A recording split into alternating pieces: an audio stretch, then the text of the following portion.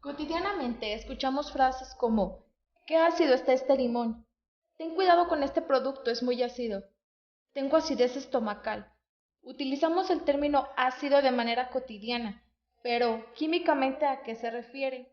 Hay una serie de teorías que tratan de explicar el comportamiento de una sustancia ácida o básica a nivel molecular.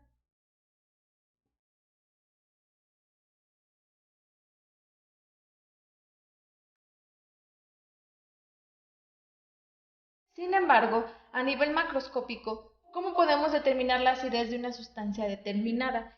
Esta me la va a dar la escala que se conoce como escala de pH. La escala de pH fue un término que se propuso por el químico danés Søren Peter Lauritz Sorens y este se refiere al potencial de hidrógeno, es decir, a la concentración de iones hidrógeno que hay presentes en una sustancia y por lo tanto me indica su nivel de acidez o basicidad.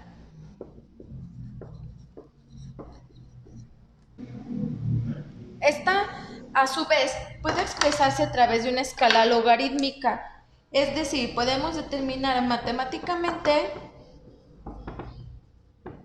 a través de un logaritmo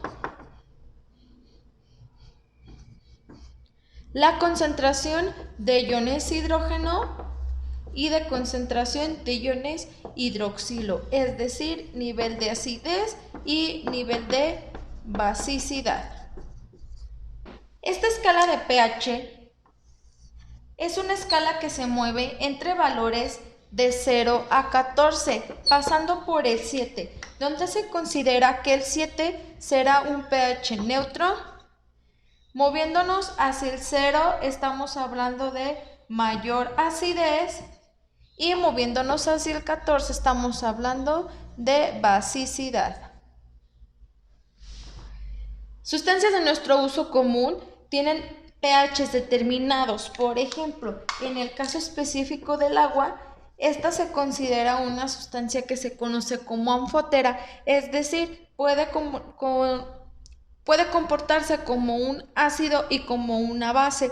Por lo tanto, de esta se espera que tenga un pH neutro. Otras sustancias que utilizamos de manera cotidiana es, por ejemplo, el ácido clorhídrico de nuestro estómago. Este es útil en nuestros procesos de digestión y tiene un pH aproximado de 4. O por otro lado, tenemos también lo que se conoce como sosa cáustica, que tiene un pH aproximado de 10 y este se utiliza comúnmente para limpiar.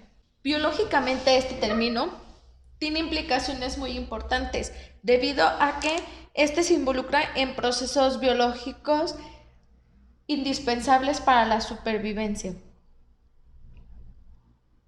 Ejemplo de esto es el aumento en el pH y la desnaturalización de proteínas, sobre todo de procesos enzimáticos. Esto quiere decir que si una persona llega a aumentar su pH por encima del pH recomendado, sufre grandes riesgos de morir. Otro ejemplo es en la agricultura. El pH del suelo también es importante, ya que este determinará si el suelo es apto para siembra de una determinada especie o no. Para determinar de manera logarítmica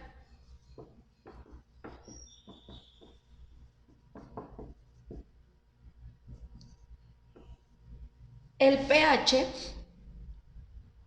se tiene que considerar varios factores, por ejemplo, las concentraciones de iones hidrógeno y de iones hidroxilo van a estar escritas entre corchetes. Además, ambas concentraciones estarán determinadas en unidades de mol por litro. Eh,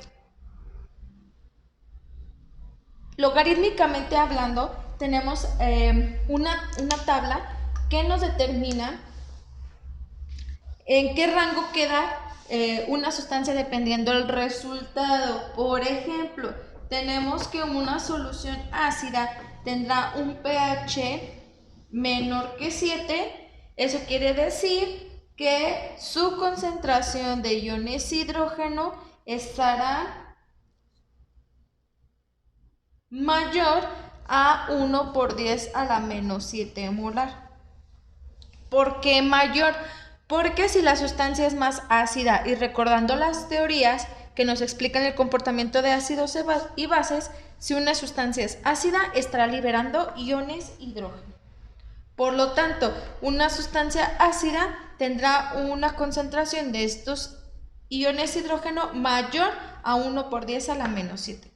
Si una sustancia es neutra, es decir, con un pH igual a 7, la concentración de iones hidrógeno será igual a 1 por 10 a la menos 7 molar.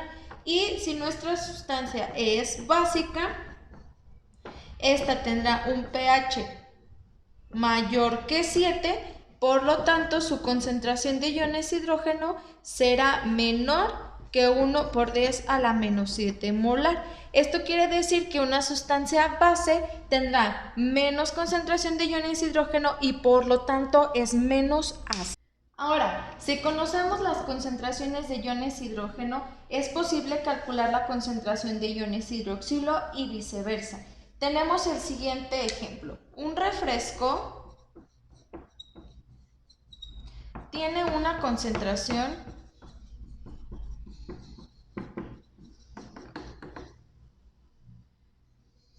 de iones hidrógeno de 1 por 10 a la menos 4 mol por litro.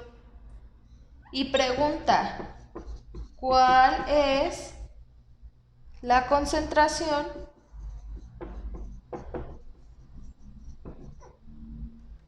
de iones hidroxilo?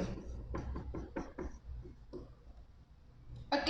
Entonces, para determinar estas concentraciones, nosotros calcularemos una variable que se llama K. Esta me dice que la concentración de iones hidrógeno por la concentración de iones hidroxilo debe de ser igual a 1 por 10 a la menos 14 molar.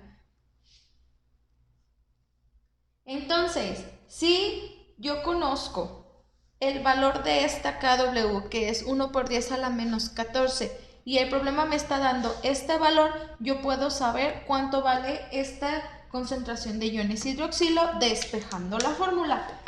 Si este término está multiplicando, lo paso dividiendo y me queda que la concentración de iones hidroxilo es igual a la constante del producto iónico del agua sobre la concentración de iones hidroxilo.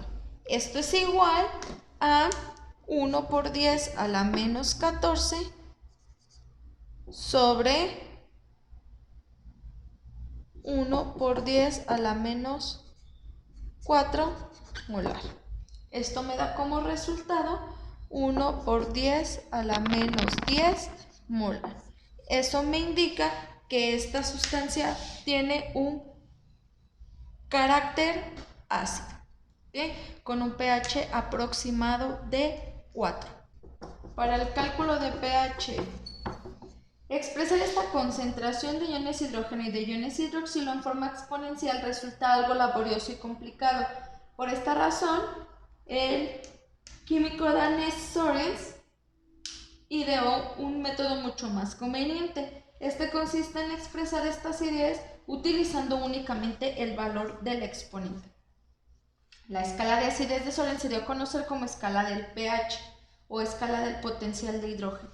Y este se expresa como menos el logaritmo de la concentración de iones hidrógeno. Así, el pH de esta solución se define como el negativo del logaritmo de la concentración de iones hidrógeno en moles por litro. Analógicamente, el potencial hidroxilo será menos el logaritmo de la concentración de iones hidroxilo. Entonces, para soluciones acuosas a 25 grados, el producto de la concentración de estos dos iones será lo equivalente a expresar pH más pOH igual a 14. Vamos a resolver un ejemplo.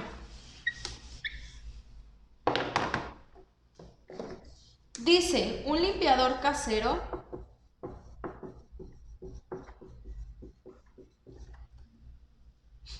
que contiene amoníaco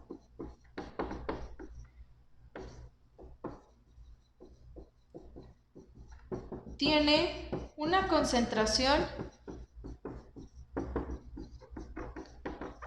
de iones hidrógeno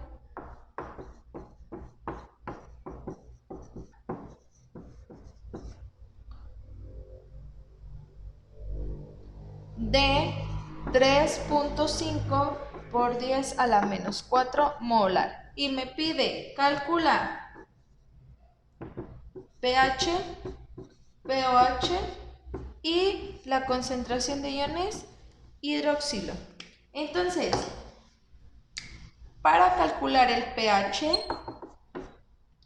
yo tengo que la concentración de iones hidrógeno es igual a 3.5 por 10 a la menos 4 molar. Si recordamos la fórmula para calcular el pH, solo necesito sustituirla. Entonces tengo que el pH va a ser igual a menos el logaritmo de 3.5 por 10 a la menos 4. Esto me da un pH de 3.456. ¿Ok? Calculamos el pOH. Para calcular el pOH, solamente necesito restar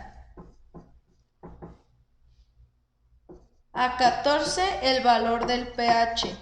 Esto es 14 menos 3.456. Esto me da un total de 10.544. Finalmente, para calcular la concentración de iones hidroxilo, vamos a sustituir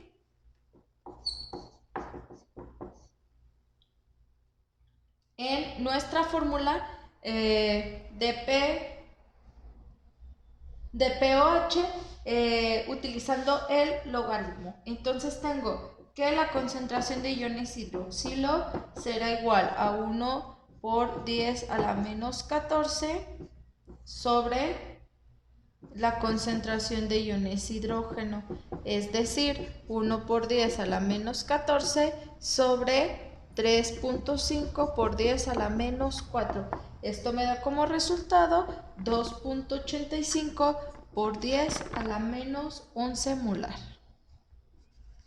Y este es mi resultado. Si tienen alguna duda, chicos, no duden en escribirme.